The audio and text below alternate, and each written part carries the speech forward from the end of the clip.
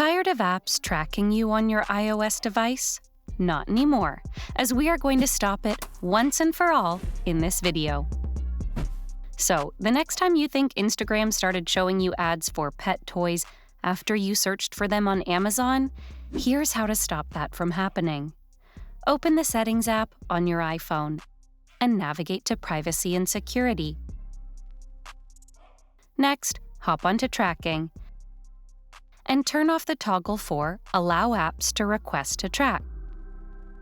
If you want, you can also turn off the toggles for all apps. Now, while you're at it, you can also disable Gathering Analytics. Here's how to do it. Open the Settings app on your iPhone and go to the Privacy and Security. Now head to Analytics and Improvements and disable the toggle for Share iPhone and Watch Analytics. That is it. Privacy boost, eh? For more tech tips and tricks like these, subscribe to Guiding Tech and discover one of these videos handpicked just for you.